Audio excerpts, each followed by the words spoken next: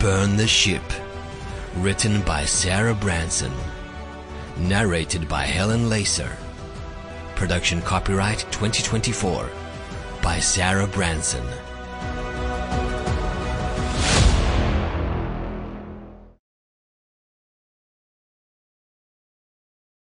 Prologue. Soberton Bay, Ferno, September 2362. Sergeant Demery Ludlow stepped into the tilted sip, intent on getting a quick one before flying back to Bosch.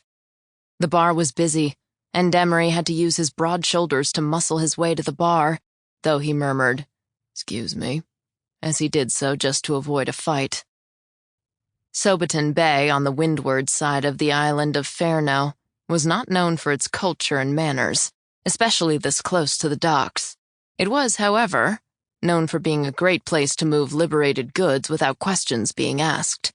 And now, with the unit breaking up and his steady income disrupted, Demery had done just that. Now there were not only markers in his account, but also some actual gold coins jingling in his pockets. He may never be on par with Tom Picari or Cat Wallace, but he was planning to get the spoils that were due him. "Give me a shot and a stout." Demery raised his red-brown arm and called to the bartender as he listened to the band start a piece that had some merengue rhythms that could barely be heard over the rumble of conversations in the place.